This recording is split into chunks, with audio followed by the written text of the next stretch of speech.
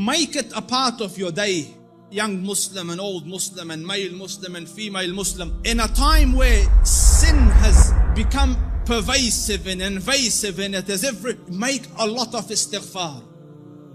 Because from the punishment of Allah Rabbul Izzah, me and you were given two safeties, two things that we could hide behind and keep the adhab of Allah away. Allah Rabbul Izzah says, وَمَا كَانَ اللَّهُ لِيُعَذِّبَهُمْ وَأَنْتَ فِيهِمْ.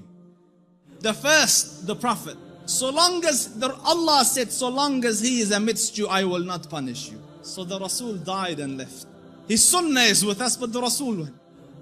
The second one, and Allah will not punish them so long as they seek forgiveness. So the only salvation you have now is perpetual istighfar. The Rasul sallallahu alaihi wasallam says, I say more than 100 istighfar a day, and some say in a gathering. Busy yourselves with istighfar. Astaghfirullah al-azim. Oh Allah forgive me. Oh Allah forgive. Astaghfirullah. Perpetuate, make it a habit. And wallahi, Allah will open all the doors of goodness upon you. In the time of Hassan al-Basri, he was alim, zahid, taqiyyun, naqi, lillahi al-wali, min al-shaytani bari, a righteous man. And he had students. So he was busy with them. And a man came and he said, Shaykh, I have problems. So he goes, what's your problem? So he goes, there's no rain in our land. Drought has come. Give me something to do. So he said, increase the saying of istighfar. So he thanked him and went. The other man came.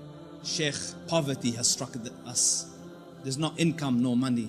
So he said, say istighfar, increase the saying of istighfar. And his students are watching. Third person came. Sheikh, I can't have children. So increase the saying of istighfar. So the students look at the Sheikh, every person came with whatever sickness. You have one medication, just injecting everyone the same thing. What's going on? So the Sheikh said, it's from the Quran. فَقُلْتُ اسْتَغْفِرُوا رَبَّكُمْ إِنَّهُ كَانَ غَفَّارًا يُرْسِلِ السَّمَاءَ عَلَيْكُمْ مِدْرَارًا وَيُمْدِدْكُمْ بِأَمْوَالٍ وَبَنِينَ وَيَجْعَلْ لَكُمْ جَنَّاتٍ وَيَجْعَلْ لَكُمْ أَنْهَارًا. Make istighfar of Allah. Allah will send the sky down with helpful rain for you. He will bestow you with wealth and progeny and make your gardens grow, and around it springs of water will come. All for the saying of istighfar and the returning to Allah Rabbul Izzah with seeking forgiveness of Allah Rabbul Izzah. Make istighfar, Muslims.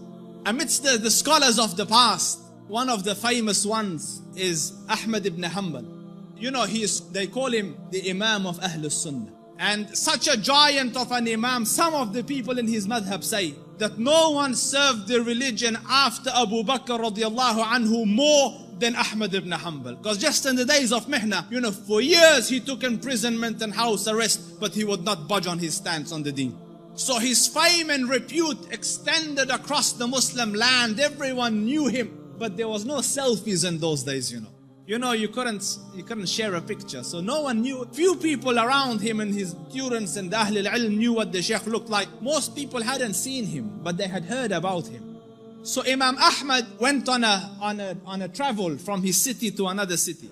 And when he reached that city, night befell him. He was in a masjid. And he was trying to sleep in the masjid because in those days there was no hotels and things. So the guard came and he said, get out of the masjid.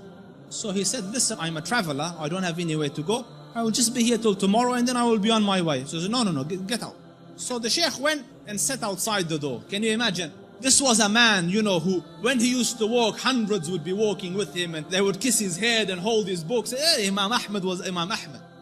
Now he's sitting at the door of the masjid. So he looks at him, he goes, didn't I tell you to go? He goes, I'm outside. He goes, no, get out. So he said, listen, it's just... So he said he held the Imam from his leg and dragged him onto the street. Imam Ahmad. And the Shaykh, subhanallah, And when he's landed in the middle of the road, across the road was a baker, the one that makes bread. So the baker saw him and he goes, listen, he sees in him signs of piety and taqwa. So he goes, come here and sleep in my bakery, and I'm making the dough all night and fixing the bread, because people will come at Fajr to buy, but you sleep here as I'm doing my work. So the Imam thanked him and went and lied down, but he's watching him, that every time he makes the dough, he says, Astaghfirullah, Astaghfirullah, Astaghfirullah. And as he's making Astaghfirullah, Astaghfirullah. So all night he saw this man, Istighfar, Istighfar, Istighfar. So He went to him, he goes, for how long have you been on this practice? For how long have you been practicing this? So he said, for a long time now. So he said, for how long? He said, for a long time. So he goes, have you seen any benefits? Because no one can be so consistent and perpetual on dhikr and on istighfar and Allah not grant him some favor. So he goes, I've realized that whatever dua I ask, Allah grants me, except for one dua that he hasn't accepted. So he said, what dua was this? He said, I prayed that, Ya Rab, let me see Imam Ahmad ibn Hanbal, and so far I haven't seen him. So the Shaykh said, he goes, Subhanallah, he dragged me by my feet to come into your bakery, simply because, imagine, out of my city into his house, out of his house when I was refusing, dragged me by my feet so that I could come and answer to your dua.